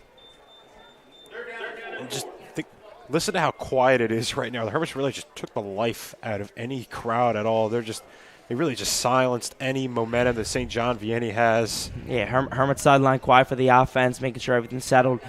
St. John Vianney sideline is, like we just said, dead silent. There's no action over there, no sign of life. Gamble looking to throw to the outside. Nice little toe tap by Matt Castle. He makes the grab at the 50. And that's the trust. Wow. The trust on third down, we talked about it. Only 4 yards. You might even see him get to run the ball again there. We've known it's possible for Materney especially. But what a ball by Gamble. Yeah, nice catch by Castle. I mean, you only need 1 foot in high school. You only need to get 1 foot in for the catch to count. He got 3 steps in there before he went out of bounds. Yeah, Castle, we know he's had great hands this season. Really been the guy, a lot of those curl routes, a little bit of some of those out routes for the Hermits in pockets of the defense. Really finding his own pocket there on the outside, escaping. That ball hung in the air for a while. It was a great job from the track that in and be able to stand his ground, not to fall out of bounds. Yeah, most teams don't like their quarterback throwing across the field like he did right there on an out route, but it was a beautiful throw over the top, almost like it was a deep ball towards the sideline. So Gradinich get the ball again here. He's going to break free. Noah Gradinich, one guy to beat. He's still going. There's the safety, makes the cut. And he is down at the 10-yard line. A 40-yard run by the senior running back. Looked like a face mask right there on the end of the play, too, so they'll get another half a distance to the end zone there. Try to cut it back upfield, and St. John Vianney just grabbed his face mask as he was going to the ground. And the Hermits offensive line just opened an entire gap, about a 5-yard gap for Noah Gradinich to hit. Got downfield. Obviously, the penalty's going to tackle onto it. Hermits now in the red zone again. We talked about not having to gain a lot of yards, and there's the big play to gain all those yards and right now. Noah Gradinich getting the touches share in this drive. He's kind of he's kind of been the odd man out ever since Turney's came in of those 3 running backs. So it's great. He's seen a lot of touches so far today. Yeah, He's looked good. As we talked about, the first big running game we had as the Hermits was that Shawnee game. And that Shawnee game, he sparked it with the 2 touchdowns that game for the highest of his career. And since then, like I said, he's been a great role player for the offense, coming in when he needs to, getting those hard yards, and they're getting that big chunk, one of the biggest plays we've seen from all season.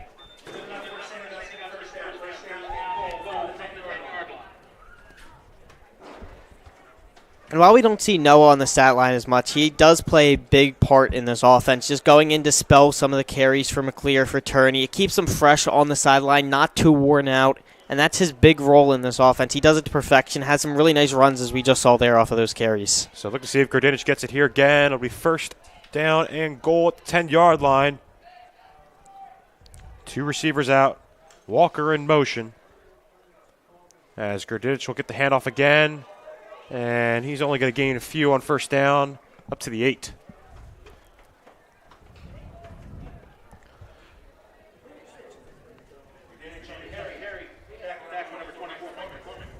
At this moment, I would like to take a few seconds to thank all of our Hermits sponsors. Without them, Hermits Athletics wouldn't be what it is. We wouldn't be able to run all this stuff, all the streaming. Thanks to all of our sponsors, Hermits Athletics, all in as one. Yeah, it really is a family here. Like I said, St. Augustine, like I said, from the athletic standpoint to the sponsors to up here in the booth, all of us connected in some way, and it really does, like I said, play a big part in what we do.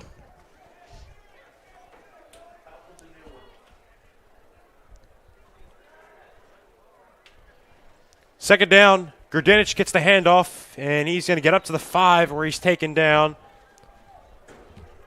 And I think the Hermits are fine with that. Wasting some more time on the clock. Each play's taking about a minute between it.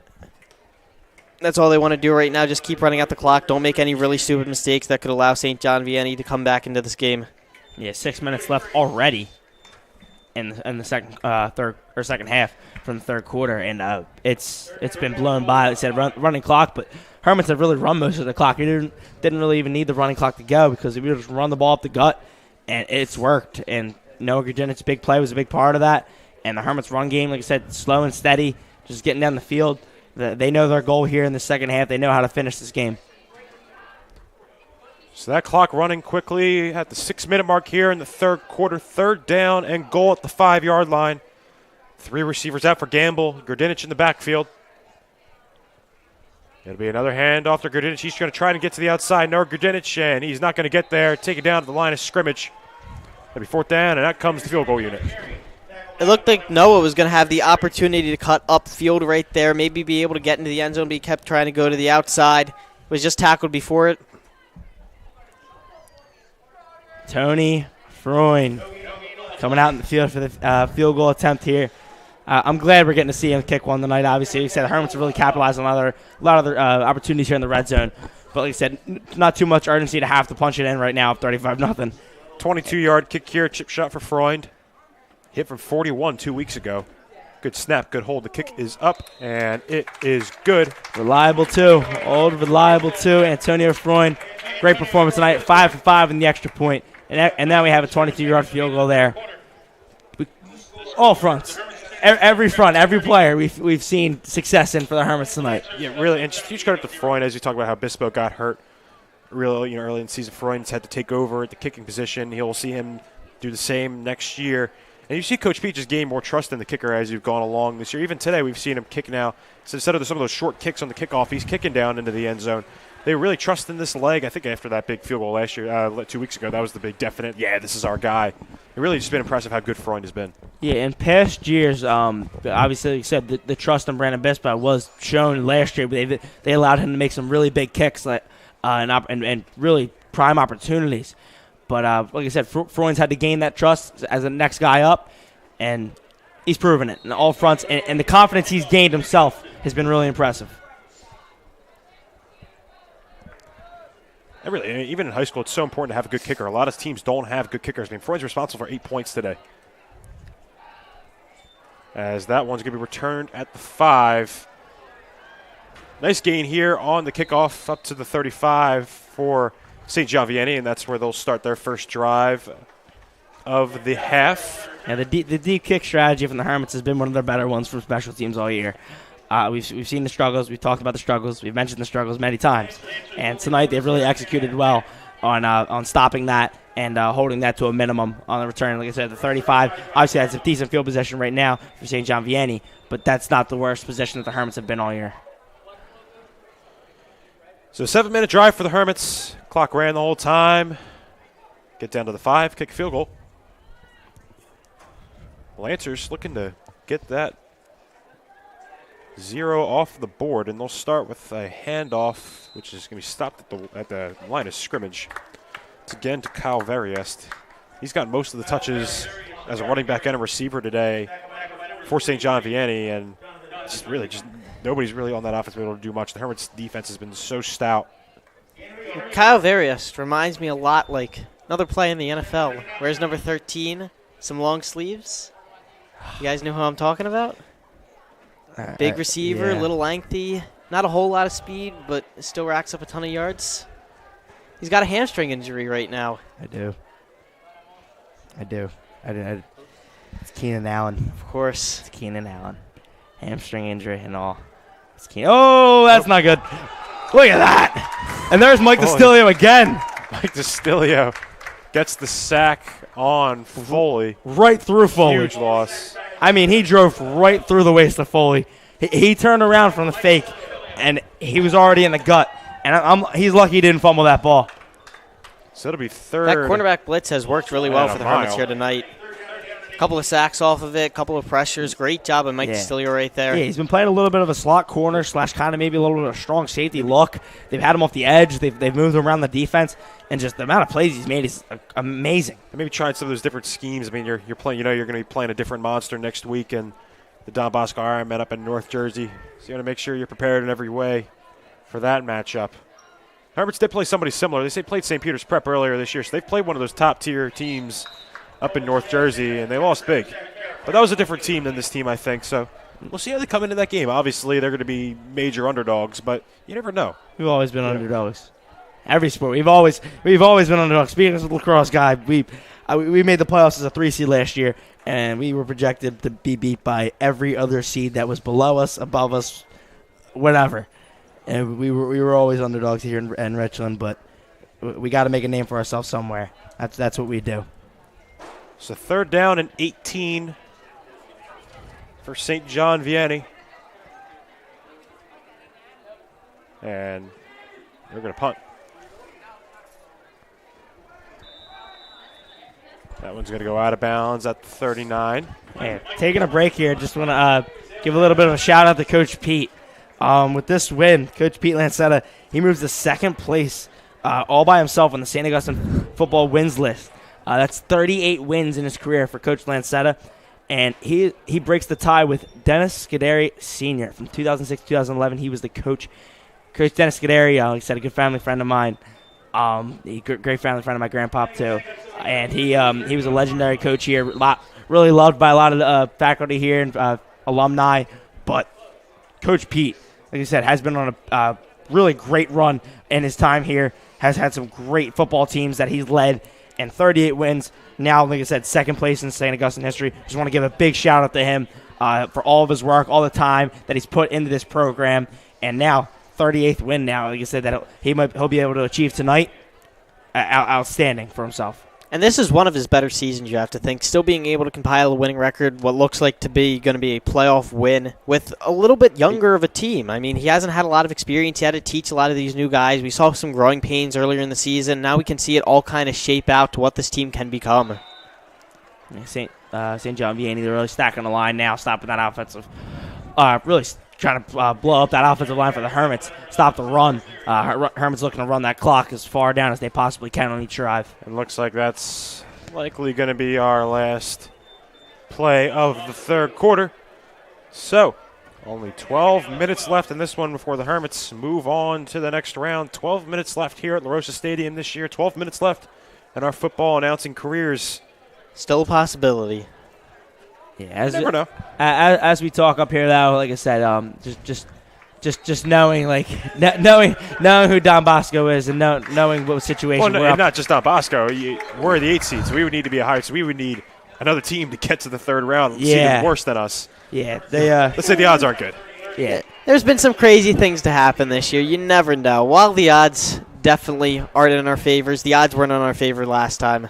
Ladies and gentlemen, at this time, we'd like to thank our valued Hermit Pride sponsors: Quarterstone Plastic Surgery, Toyota of Vineland, Botto's Italian Line, NMR Events, Ottinger Golf Group, Casa Payroll, Benjamin F. Edwards and Company, Barbario and Rich Financial Services, Newfield Bank, Premier Orthopedics, Proof Production, and Atlantic Medical Imaging.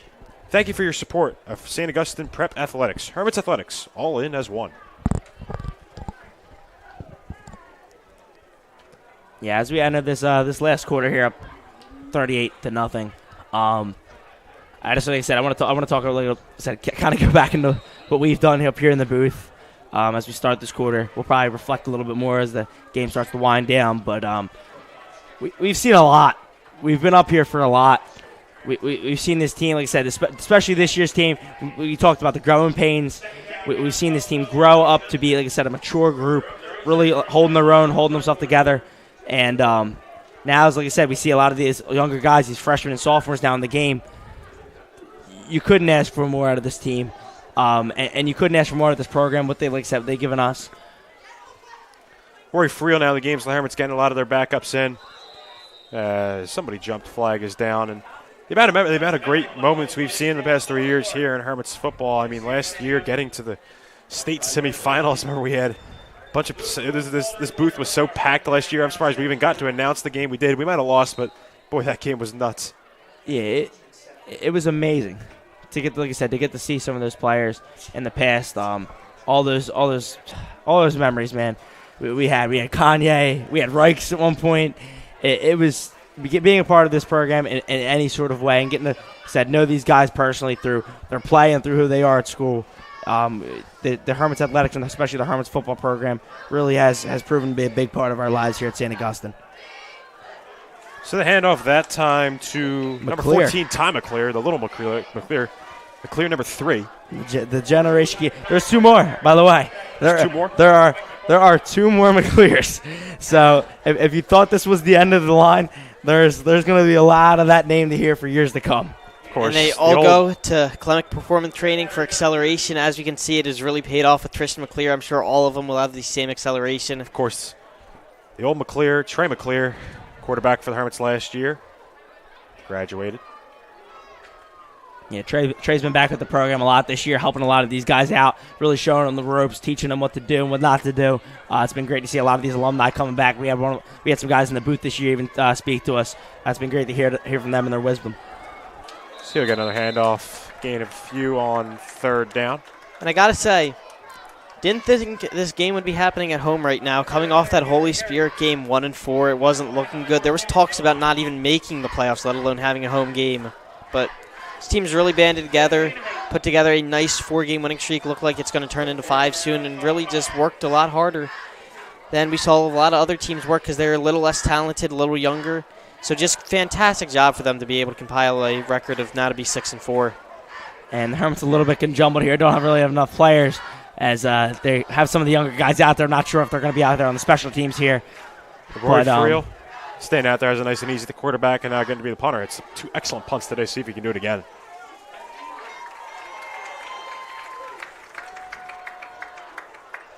Lancer's trying to bring some pressure. Easy gets it off. Good spin on the ball and not as good of a bounce this time, but there you go. It's going to take a good bounce inside the 20. So Rory Friel, as that one, it almost touched. It touched someone. I don't know if it touched us or somebody on St. John Vianney's, but it definitely hit someone. A good awareness by Christmas to pick it up and try to run in, but wasn't able to get the benefit of the doubt. So Lancers will start their drive.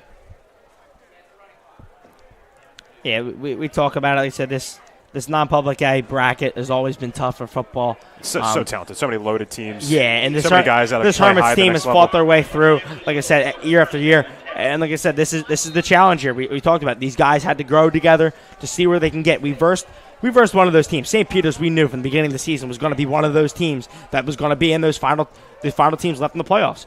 And they taught us. Early on, they taught us who we were and what we needed to grow on.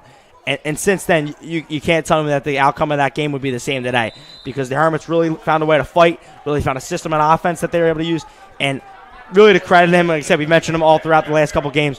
The addition of Julian Turney will never be forgotten for the amount of impact he's had on this offense and really sparking a little bit of that fire that we needed to get to the rest of the season. 3 touchdowns today, and you were talking about how they played against St. Peter's. You're going to play a team of Tom Bosco, who's arguably even better than St. Peter's. I mean, St. Peter's is the 3 seed, Bosco is the 1.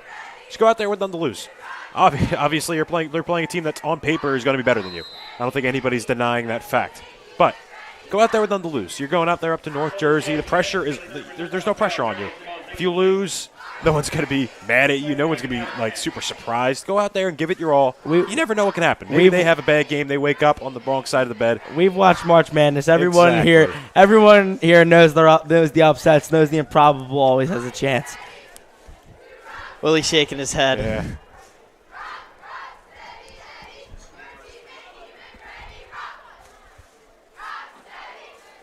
You never know, though. There's been talent gaps bigger than this, and other teams have won before. You just got to go out there, like you said, with the right attitude.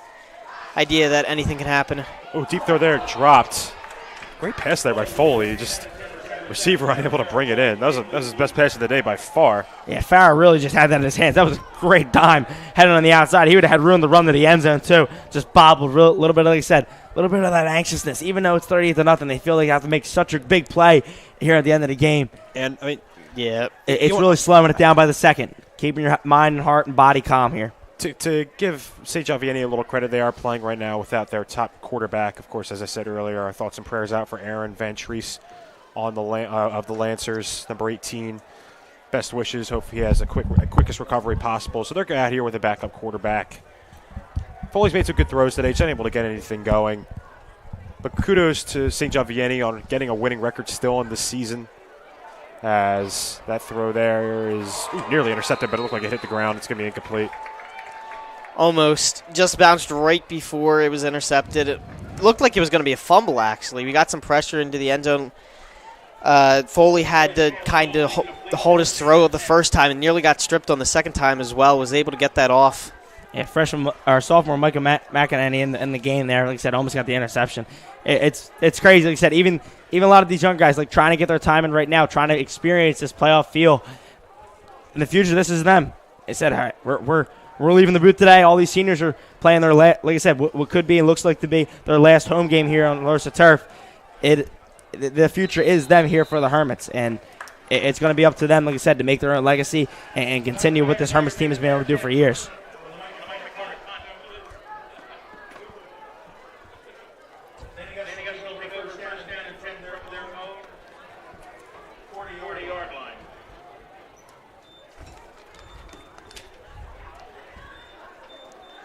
So 6 minutes to go in this one. So the Hermits will be moving on in this 8-9 game. They will play Don Bosco in the next round, the 1 seed in this non-public A tournament.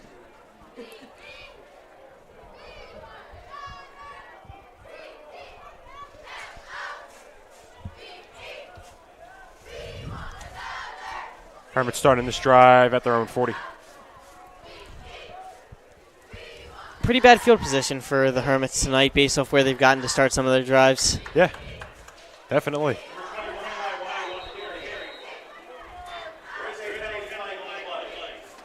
Flag down.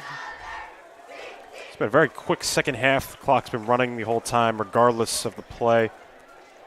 Shout out This Year Christmas for having the interception return to end the half to allow the clock to letting everybody get home a little early. The Phillies aren't playing tonight.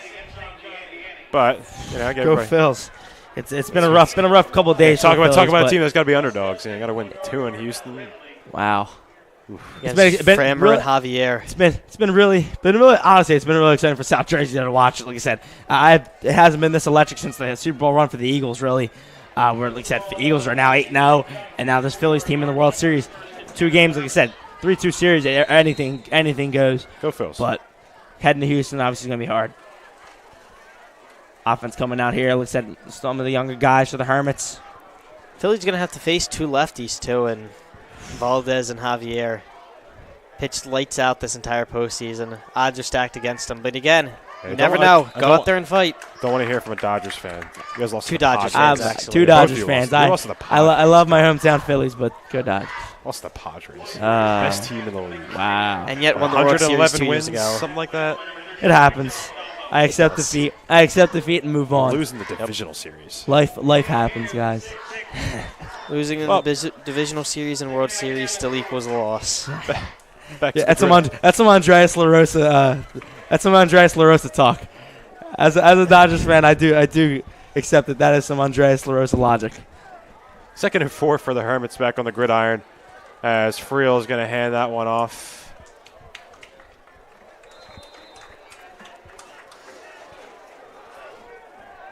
Flag throw, a little chippiness there in the pile. A little frustration here. It looks like someone's helmet got ripped off in the scrum. 3 flags are thrown now.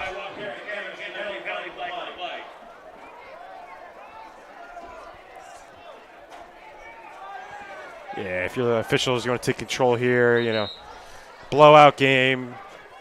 A little bit of frustration on that St. John Vianney sideline. You want to make sure nothing unnecessary happens here in the last 4 minutes. Yeah, you really never want to set anything stupid happens in these late games. You don't want anybody being thrown out, any penalties being, like I said, too far to be an ejection because those things come back to bite you. They Suspensions will. happen. Yeah, it's never good, especially like I said, we're in the playoffs here. 4 minutes, 17 seconds, running clock once this starts back up. No need. There's no need. You're up 38 to nothing. Obviously, St. John Vianney, like I said, it's been a little bit of a rough day for them, but don't antagonize anything. Let the game just clock run out. So the officials talking this one over. I assume there's going to be penalties on both sides. Absolutely. Yeah, as we have this break, though, once again, more recognizing people and flashing back to what we've done here. See, I remember my first game here, sophomore year, was with Anthony Sequeira. I don't know is he still here? He was in the stands a little earlier. Yeah. That was one. That was fun. Came in. I think we were playing Hamilton, maybe? I think it was Hamilton. I think my first game ever up here was, I think the first game of the season for the Hermits in my sophomore year, and it was with Aiden Farrell.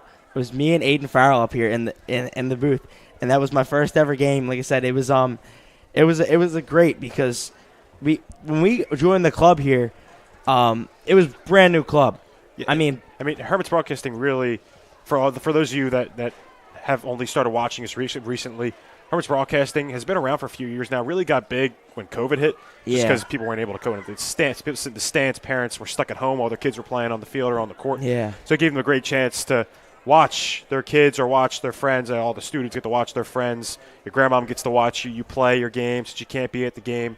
And that's really where we just got big. I mean, we would see views with thousands of views watching games. I remember the Camden basketball game had like over 5,000 views. It was awesome. For us, it's just been growing and growing, and I feel like our production has gotten better and better each year. We still every now and then have some kinks we got to work out, but it's just the way this club has grown. Really, I think now the biggest club at St. Augustine Prep. As the president for the last 2 years, I couldn't be prouder of how we've run it. Co-president, along with Andreas Lewis. Thank you for correcting me, Vinny. But I think all the credit does go to Mr. Bermel. He's the one that started it up. He's the one that still helps us set things up when things go wrong. Yeah, Mr. Bermel's really been he's been a mentor to all of us. As I was saying before, like freshman year was the first year we got involved, and that was really one of the first big years for the club. And there was few upperclassmen really a part of it. It was really us growing it, and then from there, it took off. And like I said, COVID, like we talked about, COVID was an opportunity for us to come to the games. We didn't have any fans, so getting to come to the games up in the booth was our only shot to see the games in person, and it led to this. It led to this opportunity. It led to us being here in the playoffs now for our third straight year up in the booth. And shout out, Christian Sabell's up here, Darren Matter, Vinny Campanera. We have Billy Jameson always up here with us. And plenty of other guys. I mean, we've had a bunch of guys that I've done games with over the years. Absolutely. Andreas Relosa, we'll hear him. Basketball. John Rinkowitz, Rob he's filled Hollins, in for a couple games. We'll hear him every now and then. So there's so many guys involved with this club, and I can't wait to see and tune back in next year to see how it sounds. There'll be some new guys up here in the booth. Absolutely. Seniors have hogged all the announcing spots for a while. As Ty McClear's going to rush that one. He's in for the touchdown. McClear touchdown. We've heard that before. We've heard that from a couple of McClears now. A couple of McClears now. I think that's Ty's first. There you go. First varsity touchdown for Ty McClear, and that's icing on the cake. 44-0, 3:21 left in the fourth quarter here in the playoffs. I think we can make it 45-0 with who's kicking. We got Freund. I wouldn't worry for the world. It's amazing. I've loved watching this team. I've loved watching all these guys really come together for the school, for the program, come together under Coach Pete, and find success, even though they face so much hardship to start the season. And all of us up here, all of the fans, all the parents, everybody's backed them up, and it's been great to watch. Freund knocks down the kick as you guys predicted. Another person I want to thank, Mr. Will Morris, our legendary PA announcer. I got to tell you guys, for all the people watching, you don't know how many names by now I probably would have botched if it wasn't for Mr. Morris telling me how to pronounce every name before every game. All the stats you hear is from halftime. That's him with all those stats. He makes those stats up, and he tracks them during the game while he's also announcing the game. It's impressive how he does it. He's got like 3 computers set up in front of himself right now while he's also running the scoreboard. Mr. Morris is, like I said, he's not only our PA announcer for football, dude. He's here year round. He is a part of the culture here for St. Augustine Athletics, and game in, game out. Like I said, you couldn't ask for someone better to be in the booth with, and it's just a great personality. Like I said, for 4 straight years here since freshman year, you couldn't ask for a better partner, helping us out. One of the best mentors along with Coach Vermel that you could ask for. Yeah, giving us trivia questions before the game, talking to us. We have a trivia question of the day every time we come in the booth, and it's just great to see him every day, helping us learn more and more about announcing. Thank you to Willie.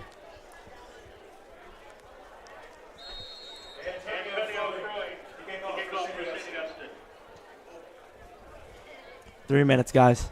Like I said, this is I know. Like I said, for everybody watching, obviously this hasn't been the most exciting of a second half, but to watch these Hermits, like I said, to see these younger guys, everybody tuning in, like I said, to give them support too. They've been a part of this team, even though they haven't been on varsity. They've been a part of this team, really working, grinding on their own, and making their, like I said, trying to form their own destiny for the future here as a Hermit football player. And it's going to be great because once we pass on from here and once we move on in the college, these are the next generation. All these seniors are moving on. You got these sophomores we've talked about all year moving up, and a lot of freshmen coming up, and like I said, taking the role on and becoming, like I said, the next leaders here for St. Augustine Prep football. And as you said, Mango, I think we were both at that first game against St. Peter's at Ocean City, and just the stark difference between both of those teams. It's like watching 2 different teams from that first game of the season to what we're watching now. Completely different. I think that's a motto you can use here. I mean, you can say this for any sport. Football one, you can say this really for any sport. A couple others will be saying the same thing a little later on in the year. We had a great senior class last year, but the sport's still here having some success. This school and these Hermits athletics programs, they don't rebuild, they reload. And that's when you know you have an athletic program that just becomes such a dynasty and such a powerhouse in South Jersey. Even when you lose that star player, when you lose a Kanye Udo, when you lose a Matt Delaney, when you lose any of these legends for any of these programs and any of these sports, you know that you still got a guy to step up and take his place the next year.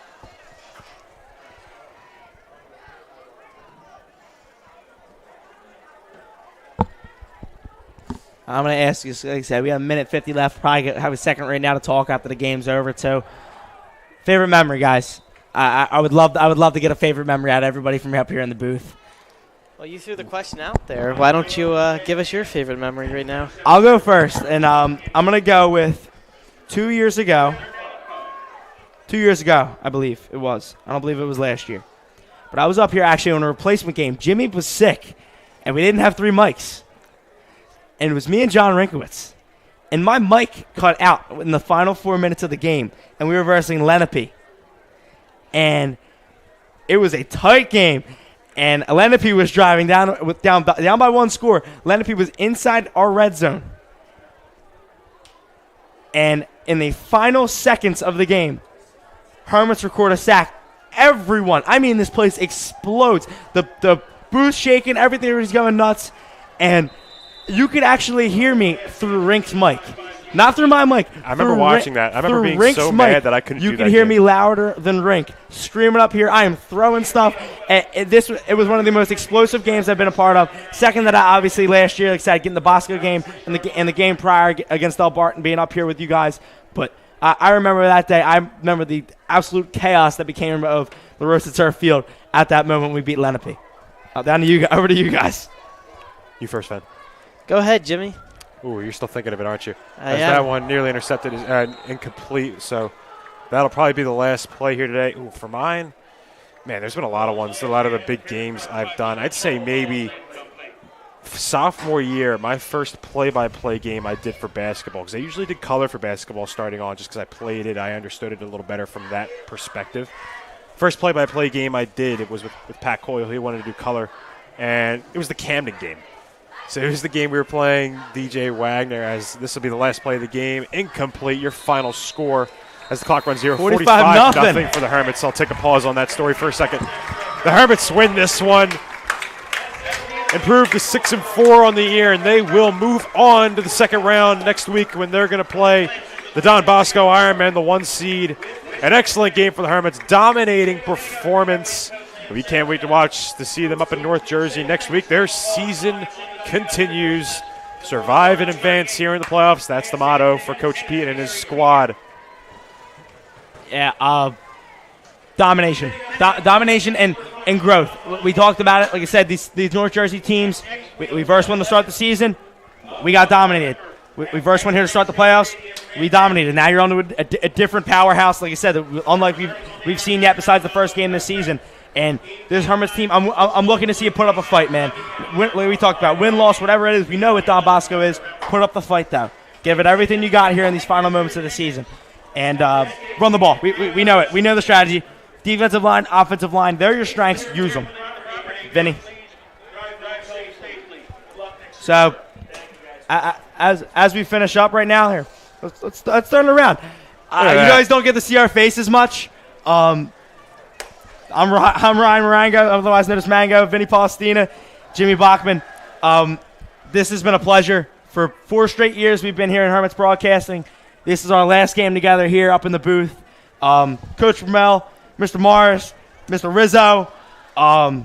DeJamco. Absolutely, Mr. Jamco, Mrs. Davis. Mrs. Davis. Getting our pictures. Miss Giacchetti. Absolutely.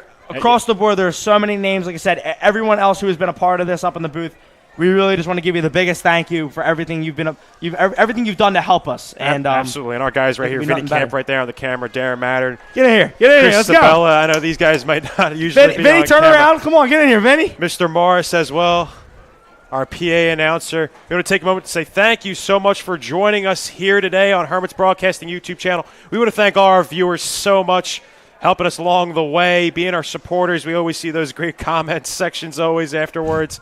We just want to thank you so much for viewing. You're the reason that we do this. You're the reason that this has become such a popular thing for us. We have so much fun doing it.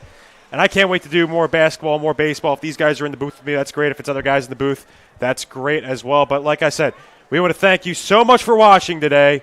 Signing off, I'm Jimmy Bachman. I'm Vinny Palestina. I'm Ryan Marango. That'll be it from us today. We thank you for watching, ladies and gentlemen. We'll see you next time in the winter for basketball, swimming and all that in the winter. But for now, as always, go Hermits. Thank you, everybody.